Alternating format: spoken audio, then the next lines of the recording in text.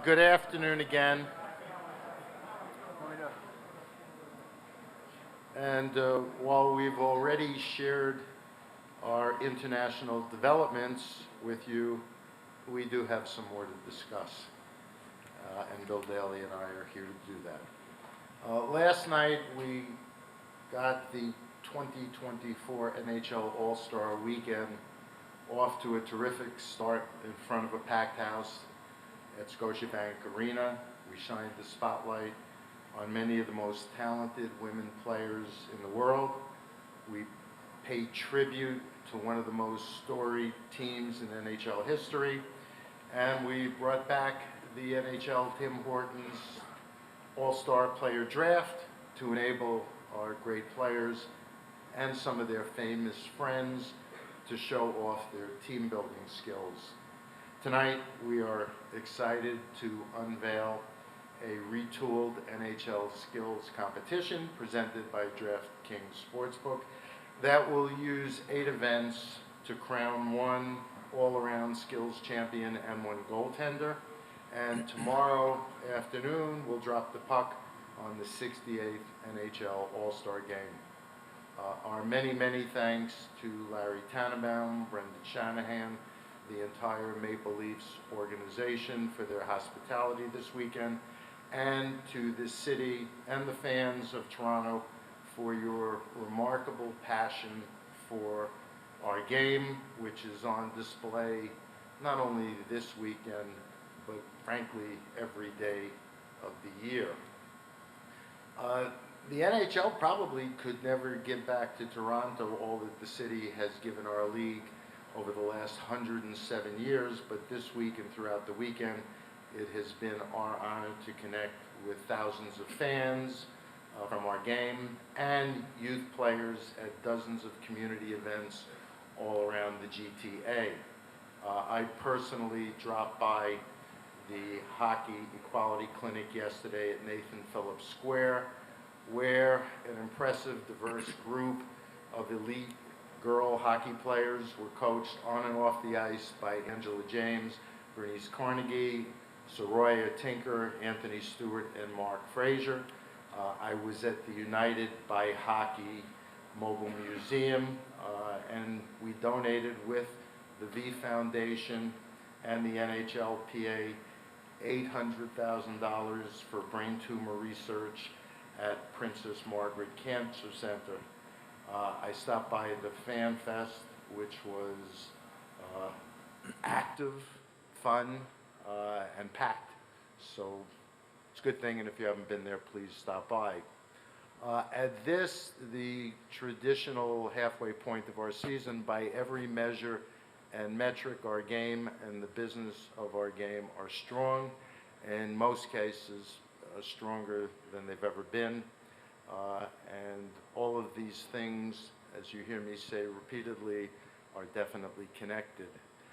One nugget, I believe, captures how far our game has come and how impactful our overall system has been. The leading goal scorers for the NHL for the entire 2003-2004 season scored 41 goals.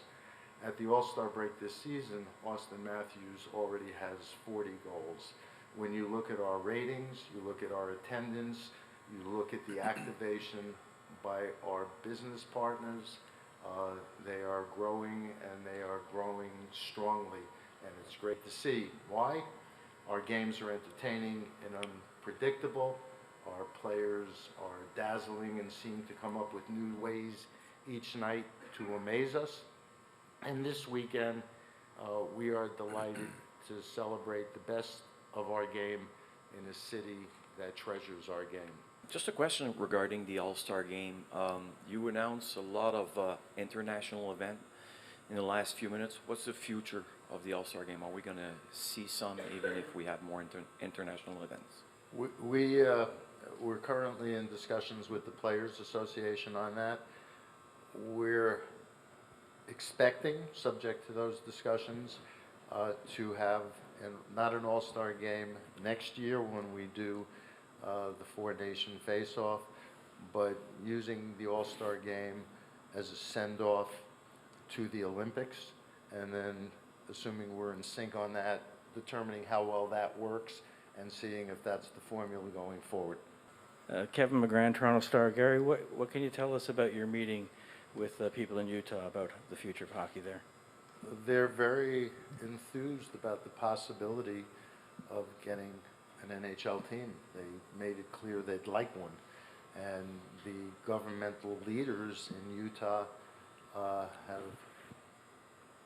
expressed to us a similar level of enthusiasm. We're not looking at the moment at either. And what Utah, what Ryan Smith has expressed an interest in is an expansion. I know where that question was going, but that's not what this is about right now. Yeah. What? What about it? Okay, if somebody wants to express interest and tell us they want an expansion team, we'll talk to them as we talk to people in Houston, in Atlanta, in Cincinnati, Kansas City. There seems to be a increasing and vibrant expression of interest in having an NHL team in places where there aren't. Steve? Steve Simmons, Toronto Sun. You have a Four Nations tournament coming next year without Nikita Kucherov, without Leon Draisaitl, without Pasternak, without 4 or 5 of the best goalies in the world. Are you comfortable looking at those players, some of the greatest players in your game today, and saying, we're doing something, by the way, you're not involved? The answer to the question is the way you're phrasing it. We either do all or nothing. And we couldn't do all on the time frame, and we decided it was better not to do nothing. Greg Wyshynski, ESPN. I think that was the first time we might have heard the Cincinnati as someone interested in joining the NHL family. Actually, I got an email from Omaha, Nebraska. Specifically Cincinnati, how would you characterize those discussions? Early.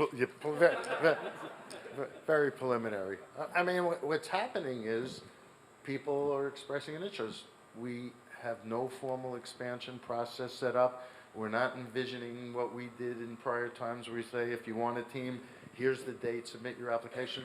We're listening to the expressions of interest, and I think it's fair to say that the Utah expression of interest has been the most aggressive and has carried a lot of energy with it, including from the governor and leaders of the legislature.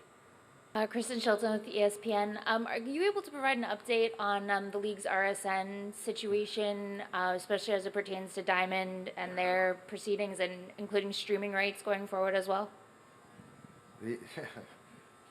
Do we have an hour to answer that question? Obviously, the RSN industry is in a state of flux, and there are a lot of negotiations with creditors and stakeholders throughout the Diamond system, whether it's Diamond or Sinclair or the clubs in 3 different sports.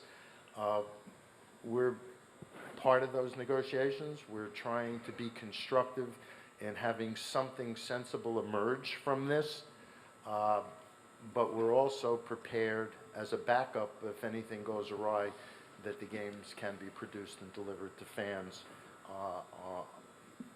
on some basis immediately if we have to do that. We're hoping we don't.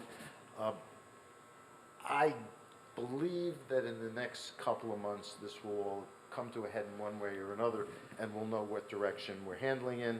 Obviously, there have been reports that Amazon is involved as well, and so that added a new dimension and layer to the possibilities. And I think in the first instance, Diamond is going to have to sort out what they believe their future can look like, and then we'll be in a position to respond. Now, some of our clubs have already gone in another direction and made other arrangements, including showing games over the air in places like Las Vegas and Arizona.